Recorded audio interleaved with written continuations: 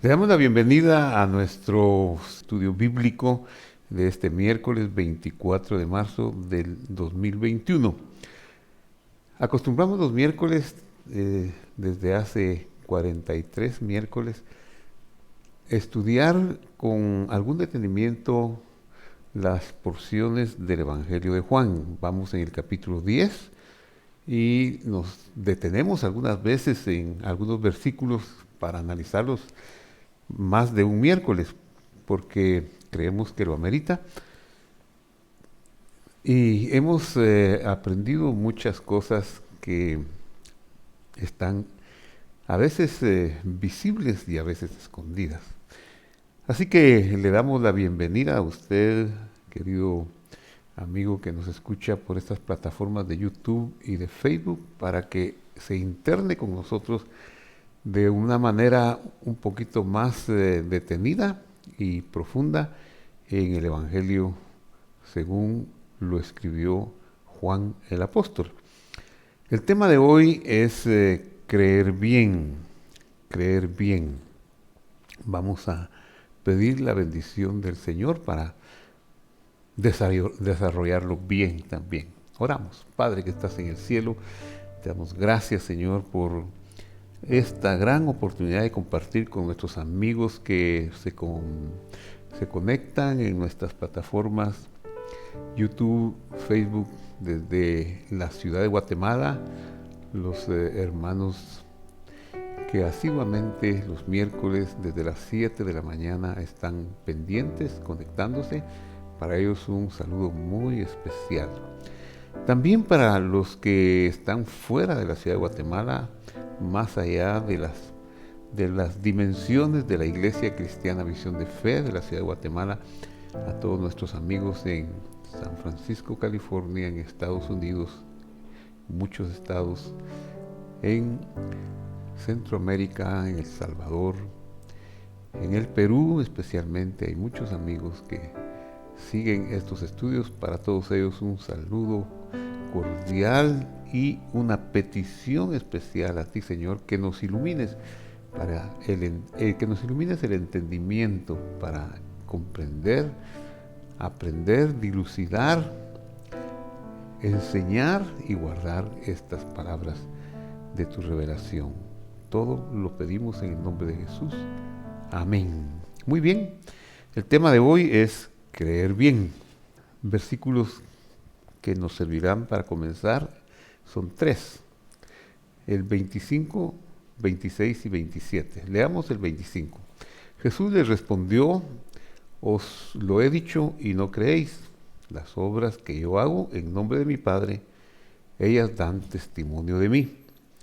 Pero vosotros no creéis porque no sois de mis ovejas, como os he dicho. Mis ovejas oyen mi voz y yo las conozco y me siguen. Comencemos el análisis. La frase "y no creéis", su mejor traducción puede ser "y no exhiben fidelidad". Vamos a ver por qué decimos que esa es su mejor traducción. El verbo creer, como se concibe en castellano, que en castellano pareciera que es una acción de uno mismo, que uno puede llegar a tener esa capacidad de creer, y por lo tanto hay quien no la tiene y quien la tiene, dichoso el que la tiene, pero el que no la tiene pues tiene que esforzarse como el que la tiene. Ese es más o menos el sentido que le hemos dado al verbo creer en castellano, pero en el hebreo ese concepto no es conocido. El concepto de la capacidad humana para creer no es algo de la cosmovisión hebrea, de la cultura hebrea. No es el resultado, pues, de un esfuerzo humano, sino es el resultado, si vamos a encontrar su verdadero significado, y eso nos lo darían las palabras, su etimología. El verdadero resultado del verbo creer es educación y gracia divina.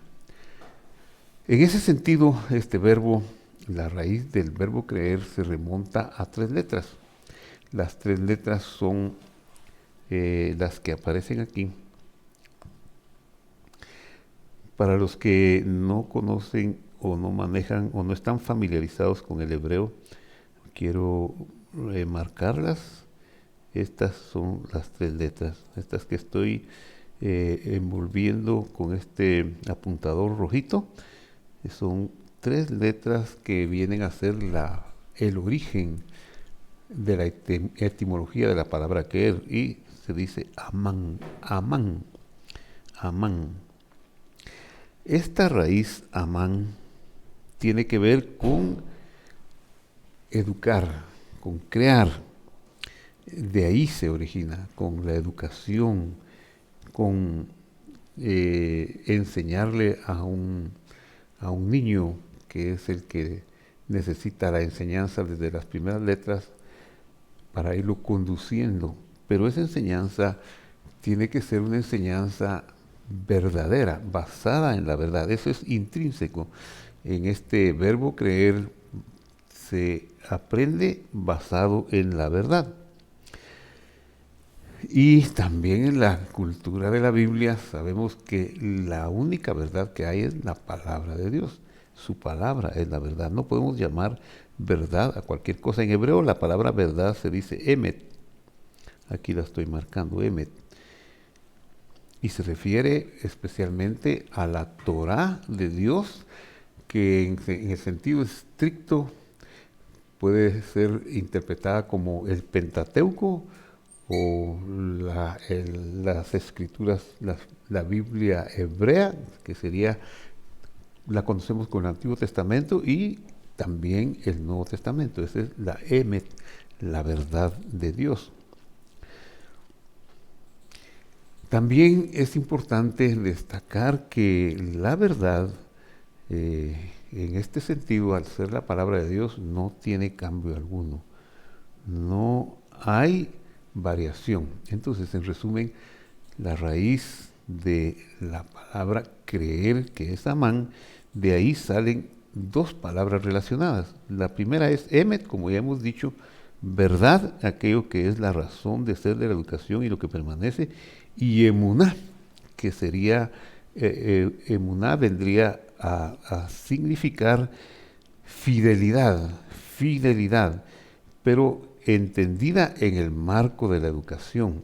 Es decir, no podemos enseñar una cosa hoy y otra cosa diferente mañana. Por ejemplo, si vamos a enseñarle a un niño cuáles son los trazos de lo que conocemos como la primera letra del abecedario castellano, una A, hacemos un circulito y le sacamos una extensión, esta es la A, y si la hacemos en letra de molde, pues es así, o mayúscula, es así. Pero no podemos decir que ahora la A es así, como le hemos enseñado, y que mañana va a ser de otra forma diferente. Eso ya no sería educar, ya no sería fidelidad en la educación. Así que tiene que haber una constancia y una fidelidad en la transmisión de la verdad. Ese es el plan educativo del Señor. La educación siempre ha sido parte integrante de la sociedad humana. Todos cuando somos niños no lo buscamos, pero nuestros padres nos inducen a estudiar. Los padres saben que el estudio puede darnos una vida más capaz de servir a nuestra comunidad y de llevarnos a un disfrute mejor de las oportunidades que pudieran darse en nuestro alrededor. Si una persona tiene aprendizaje, aprende algún oficio, alguna profesión, puede decirse que tendrá más éxito que alguien que no lo haga. Eso ha sido siempre, y con el tiempo pues la educación se ha desarrollado más. Aún nosotros, que somos una generación del siglo XX, en mi caso yo soy de la segunda mitad del siglo XX, Aún en aquellos tiempos, habiendo nacido en el interior del país, en una población que no tenía universidad, tenía escuela primaria, pero no alcanzaba a llegar a la escuela secundaria, cualquiera que pudiera tener el deseo de desarrollarse un poquito más tenía que ir pensando sus padres en salir de la población y buscar en las ciudades cercanas que tuvieran esa educación. Los padres visionarios lo hicieron. Mi madre era una mujer viuda desde que yo, el mayor, tenía 3 años y medio, pero era una visionaria y ella facilitó, se esforzó y yo diría que se esforzó extraordinariamente para que nosotros pudiéramos educarnos. Y así fue como comenzamos nuestra educación en las cosas de la vida, procurando una, una vida mejor que la que ella había tenido. De una manera providencial y casi milagrosa me logró inscribir en el Colegio de la Patria de Quetzaltenango. Ahí logré sacar la carrera de perito contador. La saqué con honores, me gustó la contabilidad, me gustó mucho y logré entenderla y bueno, tuve éxito al, al examinarme.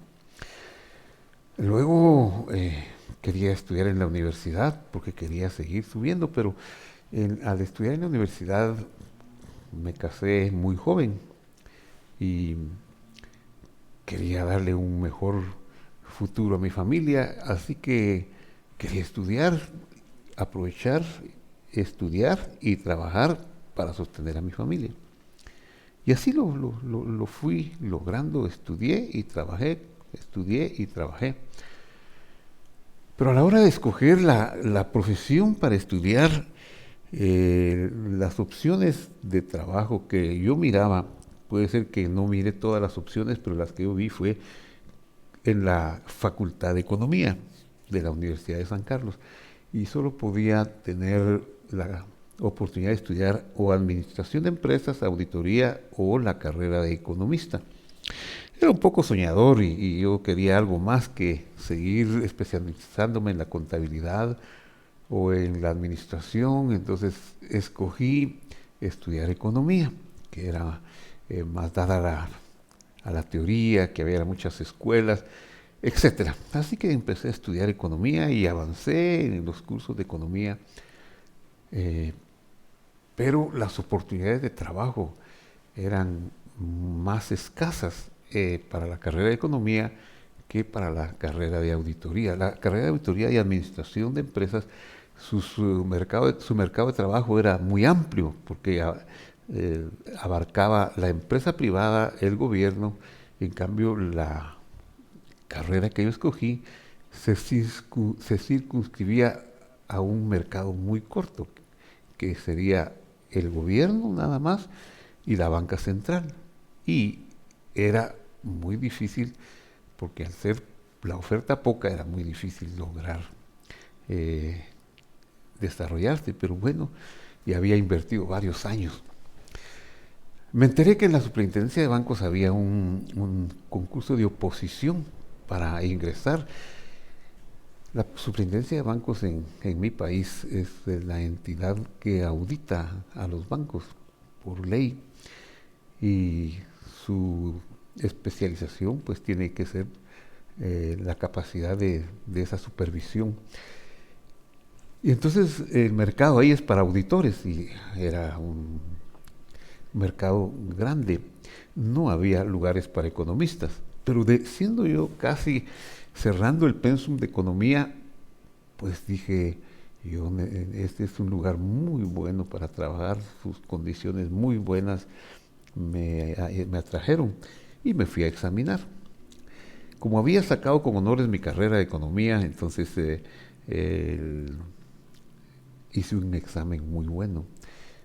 Fuimos 100 aspirantes en un examen muy agotador que nos llevó todo un día y era un inicio de una contabilidad hasta cerrar la contabilidad al final del ejercicio.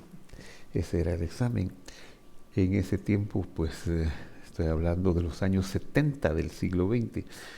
No estaban las herramientas tecnológicas que hay hoy. Lo tuvimos que hacer a mano, y logré hacer el cierre y logré el primer lugar. Bueno, contrario a lo que se hubiera podido pensar, logré el primer lugar, bueno, tengo la plaza asegurada, pero no, la selección de personal era muy estricta y yo tenía, digamos, la limitación de que era un estudiante con pensum casi cerrado, pero de economía y no de auditoría. Entonces no era elegible para esas plazas que había.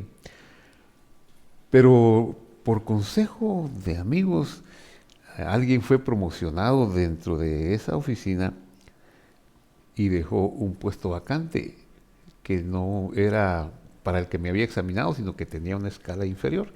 Yo lo solicité y las personas que tenían a su cargo esa decisión vieron viable y entonces ingresé de esa manera a la superintendencia de bancos.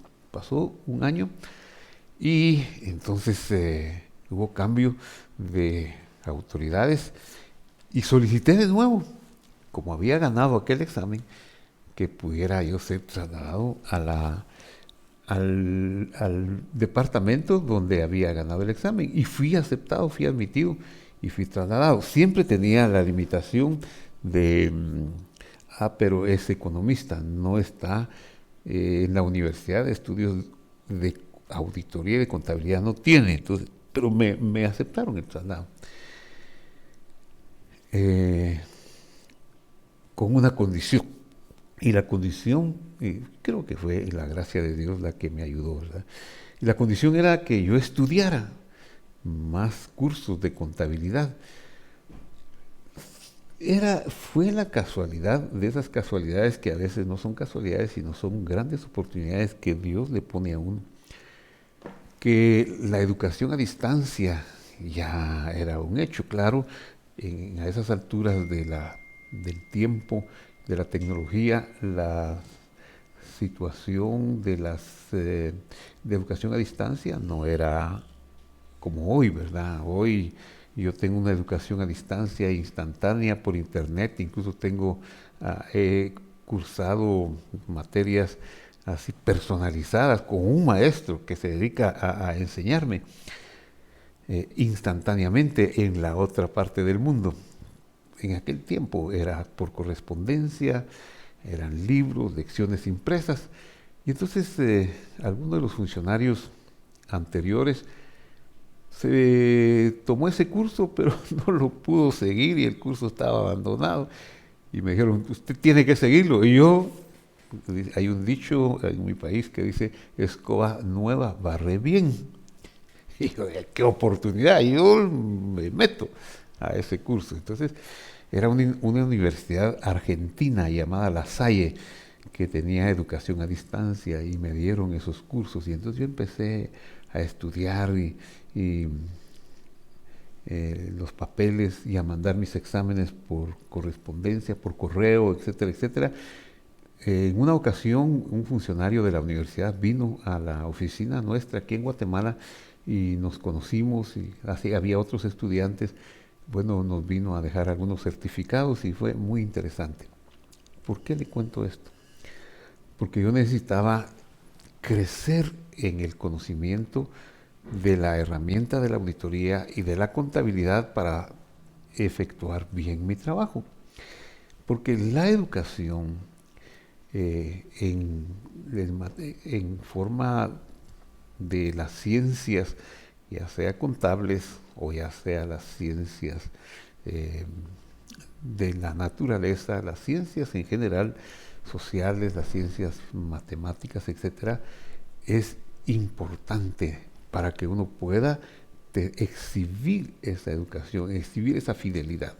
Le digo esto porque muchas veces nosotros, cuando entramos al terreno, espiritual creemos que se trata de una fuerza mística, de algo de creer en Dios. Yo voy a creer en Dios porque voy a creer en Dios, porque necesito creer en Dios. Y entonces, si yo oro voy a creer en Dios, si ayuno voy a creer en Dios, si canto voy a creer en Dios, si tengo ejercicios místicos voy a creer en Dios. Pero lo último que pensamos es que si me educo, mi fe, mi fidelidad va a ser mejor. Y esto es lo que yo le quiero transmitir a usted, que para tener una fe sana, para tener una fe que nos lleve al éxito, no es tanto el esfuerzo místico de oración o de una capacidad mística que yo pueda tener de meditación y de ver el mundo espiritual. Eso podría ser un ejercicio que sea útil, pero no es tan útil, es medio útil.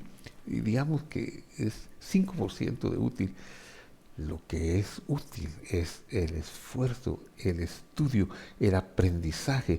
Y como le dije en el estudio anterior, para creer bien es este estudio. Creer fue aquel estudio. Para creer bien necesito conocer en qué lengua, en qué idioma fue revelada la fe escritural. Así podría yo exhibir la fidelidad y la emet.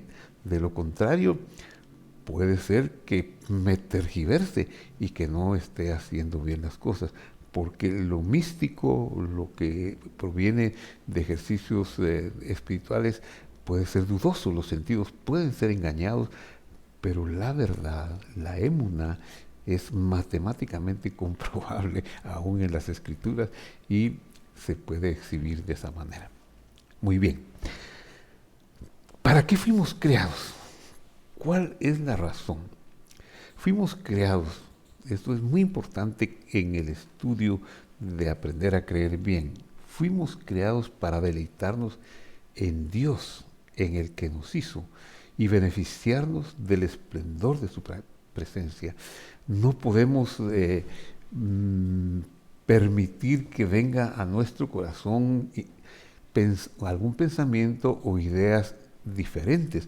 No fuimos creados por un Dios egoísta que quiera que le sirvamos, porque Él tiene algunas pasiones ególatras. Eso sería una blasfemia. No, Dios no necesita nada.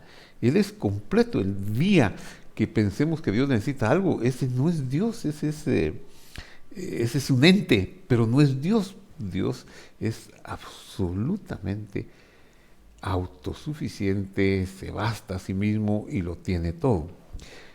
Pero fuimos creados por amor, para que Él manifestara, compartiera con nosotros y que nosotros pudiéramos tener el disfrute de ese esplendor de su presencia. Ahora, resulta que para disfrutar ese esplendor de la gloria de Dios y todos sus beneficios, lo dispuso de tal manera que fuera a través de que nosotros mismos nos perfeccionáramos, que nosotros lo trabajáramos, no para ganarnos como mérito ese disfrute. No nos podemos ganar un bienestar, una sanidad, un trabajo, no lo podemos ganar haciendo cosas. No, Dios lo quiere dar todo, pero nosotros necesitamos perfeccionarnos. ¿Y cómo nos perfeccionamos? A través de la verdad, a través del creer, pero el creer en la cosmovisión hebrea, es decir, de la capacidad de ser criados, de ser educados en la verdad, en la palabra de Dios. Así nosotros podemos alcanzar nuestra propia perfección. Y entonces, como el medio idóneo para alcanzarla es su palabra, en su palabra podemos encontrar algunas herramientas, unos medios de su gracia, que son sus preceptos y la palabra que nos enseña sus preceptos. Eso hace que nosotros nos convirtamos en recipientes cada vez más amplios, cada vez más ensanchados para recibir la bondad divina. Dios siempre da. No nos llamemos a engaño. Él siempre quiere darnos lo bueno. Dice: toda buena dádiva, todo don perfecto viene de arriba. Él quiere darnos salud, quiere darnos bienestar en todos los aspectos de la vida, familiar, personal, satisfacciones íntimas, sociales, etcétera, etcétera. Y eso lo desea hacer hasta el infinito. Y nosotros disfrutaremos su dádiva en la medida que desarrollemos nuestra capacidad para recibir lo que nos ofrece. Si nosotros no tenemos mentalidad para recibir algo grande, no lo vamos a poder recibir. Tenemos que tener la educación de que Dios quiere algo más grande, casi sin límites. No hay límites para eso. Ahí es donde la oración cumple una tarea primordial. Pero tenemos que ver la oración de una manera adecuada, no como peticionaria, no como una acción de que vamos a rogarle al Dios irascible, al Dios juez que nos está condenando y viendo qué defecto encuentra en nosotros, sino tenemos que ver la oración como la capacidad, usando su palabra, sus preceptos, que nos permita a nosotros hacer una reflexión íntima para ensancharnos e ir recibiendo. Entonces nuestra oración tiene que estar fundamentada en la verdad, o la emet, y en la emuná, la fidelidad de Dios. Quiero en esta ocasión dar dos ejemplos relacionados con la sanidad. Yo sé que uno de los flagelos más grandes de la humanidad es la enfermedad. La enfermedad nos persigue y consume nuestros bienes, consume nuestra energía, consume nuestras capacidades económicas, etcétera. Así que vamos a ver dos ejemplos. El primero lo tomé de Éxodo 15:26. Es un pasaje muy conocido para muchos de ustedes, quizá para todos. Vamos a ver en qué nos enseña, en qué podemos aprender de Éxodo 15:26. Voy a utilizar algunos signos hebreos, pero usted, si no sabe hebreo, no importa, solo para que vea que, solo para poner la forma en que está escrita, que puede ser un poquito distinto a como estamos acostumbrados a oírlos en una traducción. Esta es una traducción muy, muy literal, que no toma tanto en cuenta el estilo o buscando un sonido agradable de conceptos, sino la literalidad del texto. Esa es la intención. Entonces, dice Éxodo 15:26. El hebreo se escribe de derecha a izquierda, así que voy a comenzar leyendo en esta dirección. La primera palabra dice Vayomer. Vayomer quiere decir y dijo. Dios, ¿verdad? Él dijo, Dios. Inshamoa tishma, es decir, si escucharas, si escucharas, y vamos a ver el énfasis que hay en la palabra escuchar. Curiosamente, las escrituras hebreas no, casi se podría asegurar que no tienen la palabra obedecer. Algunas veces la palabra escuchar del hebreo es trasladada al castellano como si obedecieres la voz. Pero aunque es buena la intención de esa traducción, porque quizá Esa sería la intención, pero se queda corta porque no es el verbo obedecer, no existe. Casi no existe en hebreo, quizá sería exagerado decir que no existe ni una vez, pero casi que no existe. Lo que se ha traducido como obedecer es el escuchar. Y aquí está en el versículo 26, dice, si escuchar, escucharás. Y note usted que repite el verbo escuchar. Escuchar, escucharás. Es una forma, un modismo hebreo para hacer un énfasis. Los académicos le llaman un infinitivo, porque eso es como está el modo verbal escuchar, en infinitivo. Y luego se repite en un futuro, escucharás. Y por eso se le llama infinitivo tautológico, haciendo referencia a la cosa misma. Escuchar, escucharás, es la cosa misma.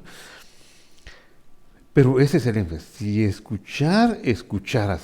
Ahí va el énfasis. Y luego la segunda frase del versículo dice, Lekol Adonai Elohá, la voz del Señor, tu Dios. Entonces, hay que prestarle mucha atención. ¿Qué es lo que vamos a escuchar? La voz del Señor, tu Dios. Como este verbo o este versículo nos va a hablar de sanidad, porque ese es el mensaje final, yo soy el Señor tu sanador, entonces lo que nos está enseñando la Escritura aquí es la voz del Señor, escuchar la voz del Señor nuestro Dios. ¿Para qué? Veamos para qué. Y esa es la tercera cláusula del versículo. Beayazar, esta palabra, beayazar, es un sustantivo que habla de lo que es recto, lo que es correcto, lo que es justo, eh, lo que es científicamente aceptable. Entonces dice, Be'enab, y lo recto hicieres ante sus ojos, Be'enabtase, y lo recto hicieres ante sus ojos. O sea, yo quiero ser sano, pero como he dicho, la sanidad no viene porque yo voy a orar, Señor, sáname, y que mientras más pida sanidad, sí, algunas veces puedo estar tan quebrantado y hacer un ayuno, unir un ayuno a esa oración, o unas lágrimas, o unos cánticos de alabanza, pero no, la intención de este versículo no es invitarnos a hacer ayuno, ni alabanzas, ni muchas oraciones, sino es invitarnos a hacer lo recto ante sus ojos. Hacer lo recto, es decir, conocer las leyes que imperan en su creación, las leyes de la naturaleza. La naturaleza nos da los alimentos, la naturaleza nos da el aire, nos da el sol. Es tan importante para tener buena salud, por ejemplo, tomar algunos bañitos de sol diarios para que la vitamina D venga. Es tan importante que nosotros tengamos contacto con la naturaleza. Vivimos de veras, mis queridos amigos que siguen estas plataformas, aislados de la naturaleza. Hay veces que si nos descuidamos, con zapatos de goma o de cuero, vivimos en casas de piso que ya no tiene contacto con la tierra, nos subimos a vehículos que tienen llantas de hule, no nos permite contacto con la tierra, y podemos pasar hasta meses, y lo peor del caso, años sin tener un contacto con un árbol, con la tierra. Nunca caminamos descalzos, y esa es la creación que Dios nos dejó. Ese es el sol. Bueno, el sol lo podemos tomar, pero no tenemos contacto con la tierra, y somos parte de la tierra, y la tierra tiene elementos eléctricos. Nosotros somos, nuestro cuerpo, nuestro cerebro funciona con impulsos eléctricos. Entonces nos estamos perdiendo muchas de las bondades que Dios dejó en la creación. Por eso es que dice, y si lo recto hicieres ante sus ojos. Y luego dice, la siguiente cláusula, ve a santa de mis botas y prestares oído. Esta es otra acción para escuchar. En la primera cláusula del versículo dice, escuchar, escucharás. Y aquí usa el verbo cuya raíz significa oreja. Entonces está hablando de escuchar, pero referido a la oreja. El énfasis es a escuchar con más atención, porque el modo en que está este verbo, si prestares oído, que sería una traducción más literal, no sustituir por otra palabra, por ejemplo, decir escuchar, no, prestar es oído, pero está conjugado en un modo causativo, es decir, yo tengo que causar, tengo que hacer el esfuerzo para causar, escuchar, poner mi oído a sus mandamientos que están en las Escrituras. Y ya aquí pues me pone no solo en contacto con la naturaleza, sino en contacto especialmente con el prójimo, porque de los mandamientos del Señor, el que sobresale sobre todas las cosas es el mandamiento de amar al prójimo.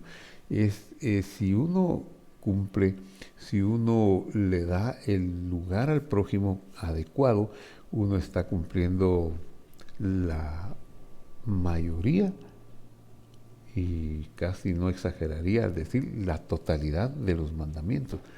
El prójimo es la clave. Entonces por eso es que dice aquí, bueno, y causar es que tus oídos presten atención a mis mandamientos.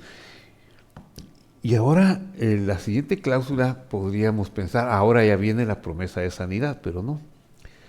Todavía viene otra recomendación, y es, y guardares be shamartá. Ese verbo es guardar con pasión, algo como propio.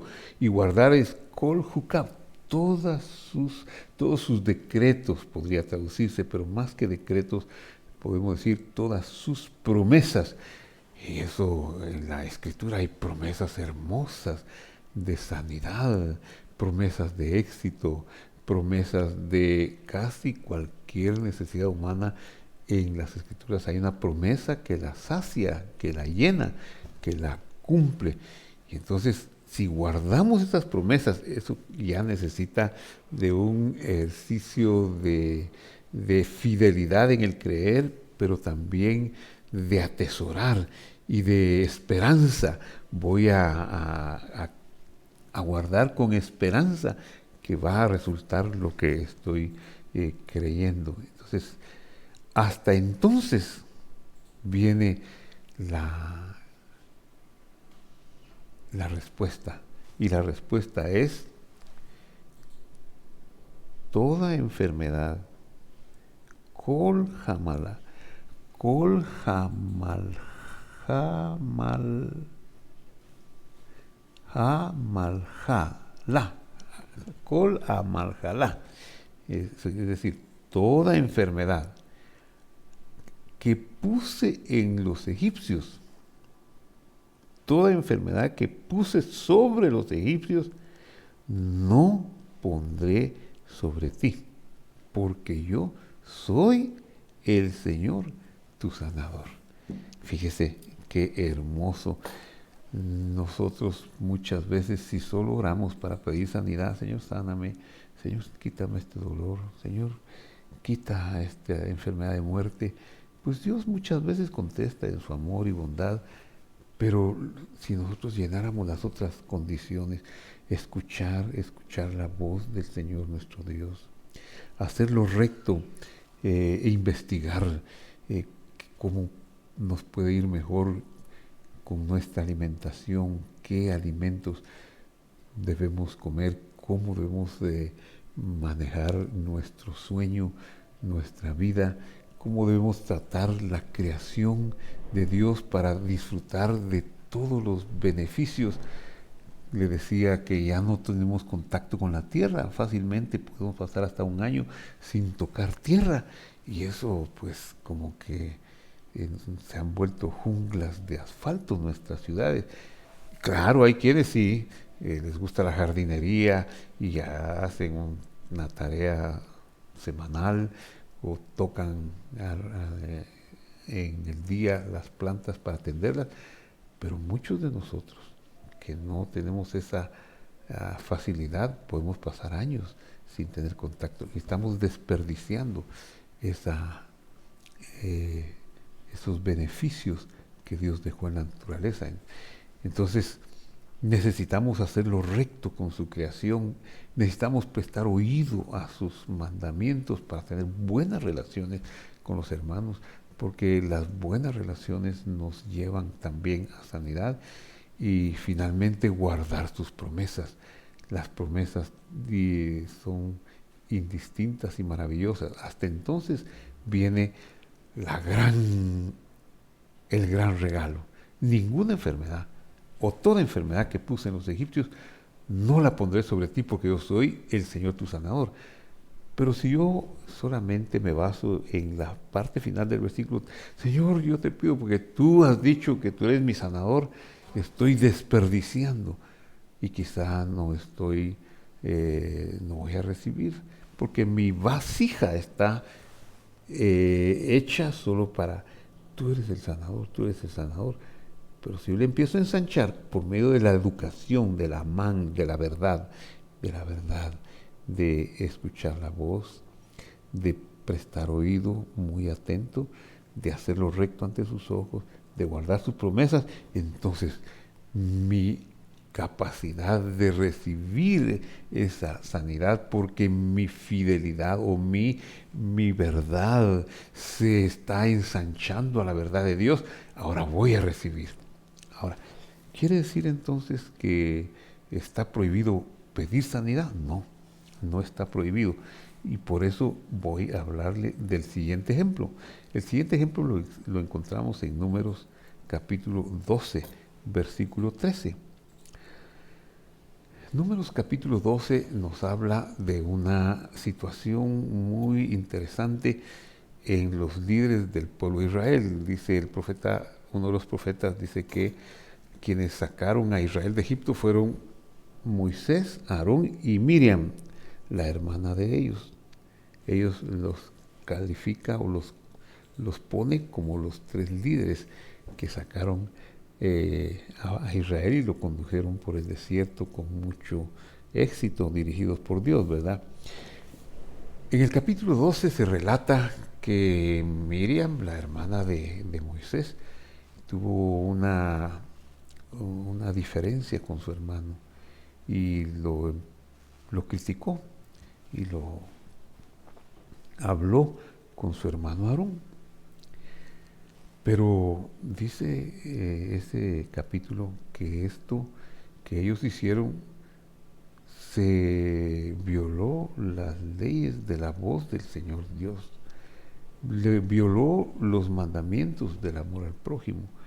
No estuvo bien lo que hicieron y entonces deja entrever en forma gráfica que la ira del Señor vino sobre Miriam y quedó leprosa. Pero también nos muestra que Moisés, el hermano afectado, él fue un hombre muy noble y de él se dice ahí en esa porción que era manso, un hombre que no era peleonero, como no había otro, dice, el más manso de toda la tierra, Moisés. Y entonces Moisés no se alteró, pues le criticaron.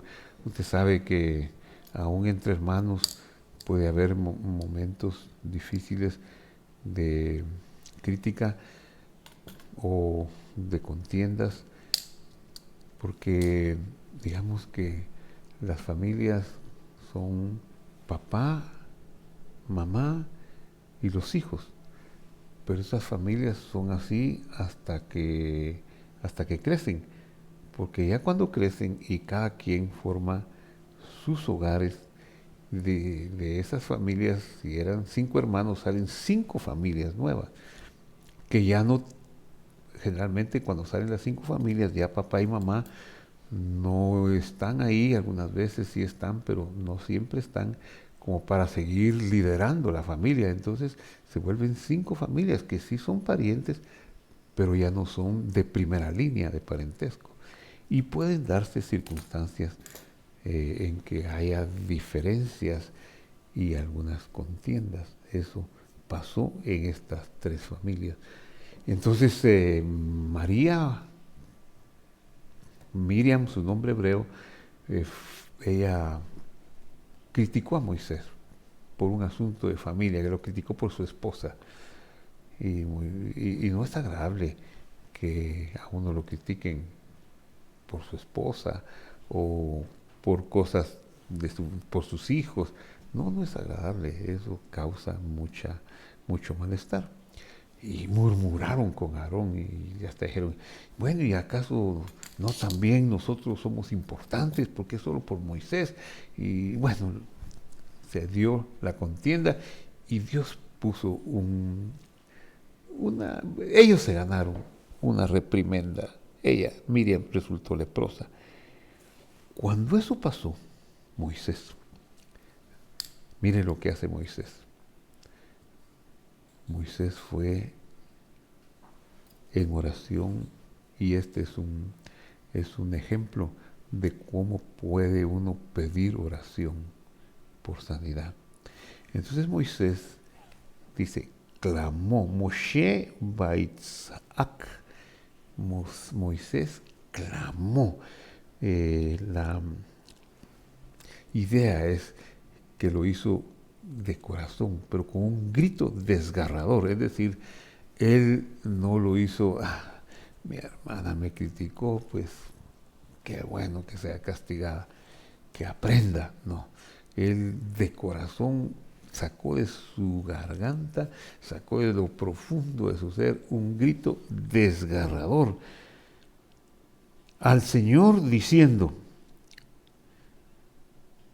Elna, Elna, Él significa Dios, Él, Dios, Na, por favor,